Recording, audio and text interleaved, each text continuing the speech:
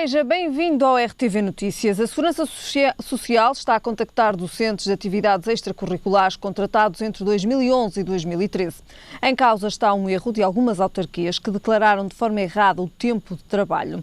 Em alguns casos, o reembolso é de 7.000 euros. Segundo o Jornal de Notícias, foi Ricardo Rio, autarca de Braga, quem admitiu o erro na contagem do tempo de serviço dos docentes das atividades extracurriculares. O presidente da Câmara de Braga explicou na reunião do Executivo que entre janeiro de 2011 e junho de 2013 não foi aplicado um decreto regulamentar que era novo. De acordo com a lei que entrou em vigor no início de 2011, nas situações de trabalho parcial é declarado um dia de trabalho por cada conjunto de 6 horas, em vez de os cálculos serem feitos com base em 35 horas, como acontecia agora, e com as contas refeitas. Vários professores estão a ser contactados para retificarem o número de dias de trabalho declarados. Muitos vão ser obrigados a reembolsar à Segurança Social o subsídio de desemprego que receberam, mas ao qual não tinham direito. Um valor que pode chegar, em alguns casos, como já referimos, a 7.000 euros. Terça-feira é dia de comentário de economia. Comigo tenho António Meira. António Meira, muito boa tarde. Obrigado desde já pela sua presença. Vamos começar por falar nos resultados positivos para a banca. Que indicadores, então, temos aqui que indicam que, de facto, os resultados estão a ser positivos para a banca? É natural que, a partir de 2015, alguns bancos comecem a reportar resultados positivos. Em 2014 ainda foi um ano bastante pesado para a banca, porque os resultados foram demasiado pesados. Por exemplo, lembro a Caixa Geral de Depósitos, que apresentou um resultado em 2014 superior a 300 milhões de euros. Este ano, 2015, já estamos a assistir a resultados positivos. O BPI já apresentou um resultado acima de 30 milhões de euros no primeiro semestre. O Milênio apresentou hoje ou ontem, resultados na ordem dos 400 milhões de euros positivos, só que, curiosamente, as ações estão a descer quando deviam subir, ou quando era suposto que as ações subissem. Portanto, os 400 milhões que o banco apresenta, que é um resultado excelente para o primeiro semestre, têm 285 milhões de euros que não fazem parte da atividade, do core da atividade do banco. O que é que quer dizer isto? Portanto, os 285 milhões não são decorrentes da atividade, isto é, não decorreu da atividade do banco. Foi uma alienação de obrigações que o banco fez, o que os investidores interpretaram o resultado, que afinal não foi assim tão bom, e daí as ações estarem a descer. É natural que este ano a banca venha a reportar, todos os bancos, talvez a Caixa Geral de Depósitos ainda não, mas os outros bancos privados venham a reportar, apesar de valores não elevados, venham a reportar ou começar a reportar resultados positivos.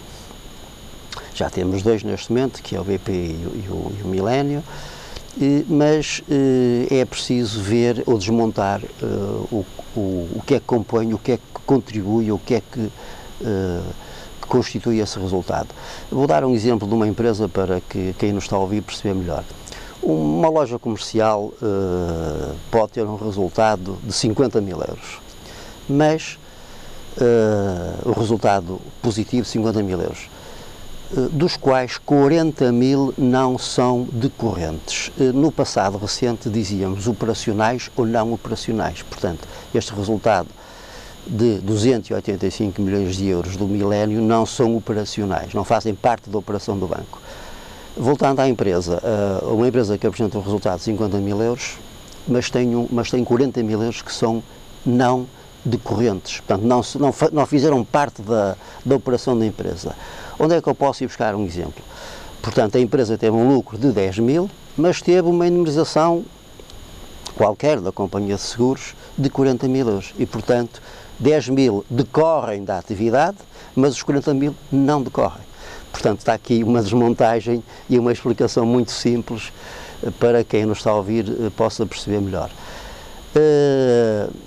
Isto é mau para os bancos porque não está a reforçar a liquidez dos bancos.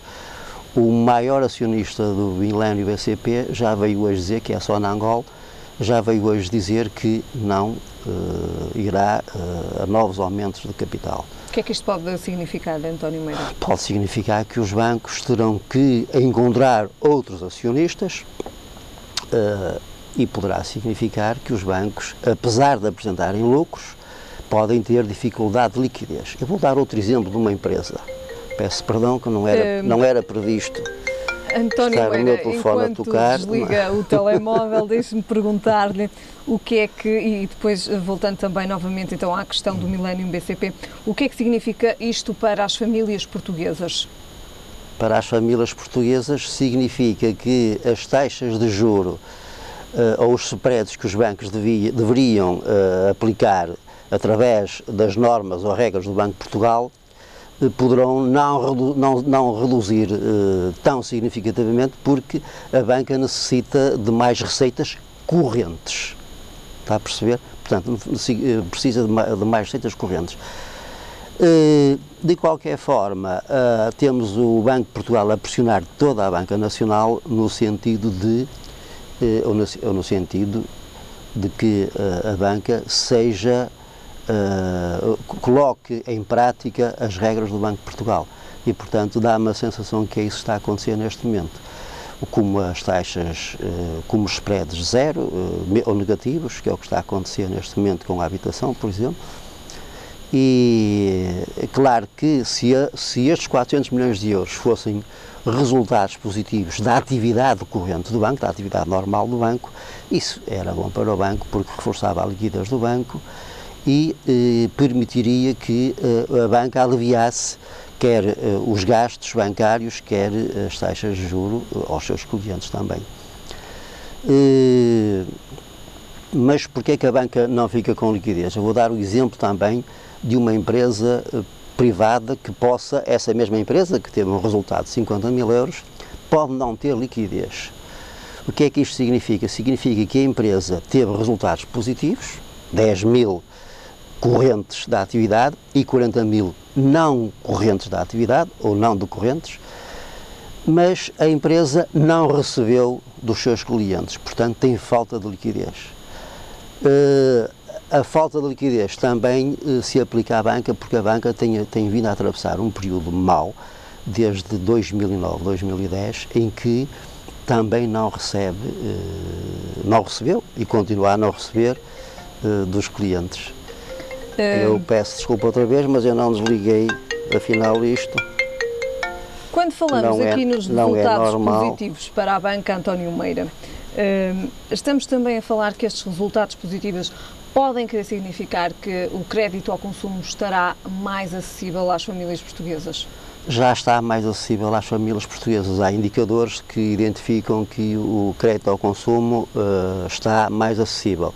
E a prova é que em 2015 foi o ano em que se vendeu mais viaturas, mais automóveis nos últimos 4. Portanto, isso quer dizer que o crédito ao consumo está mais acessível. Mas a banca só poderia ir por aí. Portanto, o negócio do banco é captar recursos financeiros e emprestá-los. E, portanto, houve aqui pelo menos 3, 4 anos em que a banca não conseguiu equilibrar essas contas. Alguns por receio, outros porque caíram em incumprimento com muitos clientes e, portanto, houve aqui uma fase de ajuste e adaptação ao mercado. Essa fase, creio que já acabou e a banca está, portanto, no caminho certo. Terá que abrir mais os cordões à Bolsa, se quiser, em 2016 ou 2017, apresentar resultados de 300, 400, 500 milhões de euros, como apresentavam aqui há 6, 7, 8 anos, não é? Muito bem, voltando agora também novamente então à questão do Millennium BCP. que as ações estão a cair quando o resultado está acima das previsões? As ações estão a cair, os resultados só estão acima das previsões porque esse resultado, digamos, resulta de uma operação não corrente do banco, ou não operacional. Claro que quando uma empresa, neste caso o Millennium, apresentou os resultados, houve uma certa euforia, porque realmente foram acima das projeções dos analistas. Depois de desmontar o resultado, verificou-se que, afinal, o resultado cifra-se em 110 ou 115 milhões de euros e, portanto, digamos, os investidores ficaram desiludidos e há que vender, há que se desfazer dos ativos, neste caso do Millennium. Para a banca portuguesa, o que é que significam estes resultados do significa, Millennium? É mau porque, para toda a Bolsa e, nomeadamente, para a banca, porque acaba por arrastar todas as ações dos outros bancos, não é? Sempre que uma empresa de um dado setor arrasta a Bolsa para baixo, neste caso o PSI 20, todo o setor vai atrás. Acaba por acompanhar, digamos, essa tendência, não é? Muito bem. António Meira, muito obrigada então por estas explicações relativas então, hoje que falamos então de resultados positivos para a banca e também então do Millennium BCP. António Meira, voltamos a ver-nos na próxima terça-feira. Tenha uma boa semana. Boa semana, até semana. Os juízes do Palácio Raton rejeitaram por unanimidade as normas que o Presidente da República pedira para serem analisadas. Argumentos foram os mesmos usados para a anterior diploma versão de 2012. O PST anuncia voltar ao tema na próxima legislatura.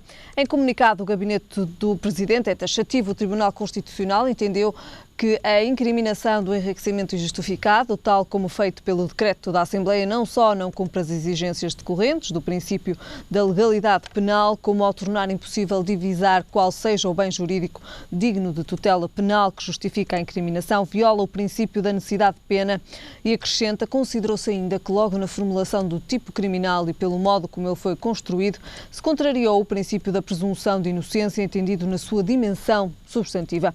O projeto de lei da maioria parlamentar para a criminalização do enriquecimento injustificado foi aprovado em votação final global de 29 de maio, apenas com os votos das bancadas Social-Democrata e Democrata Cristã.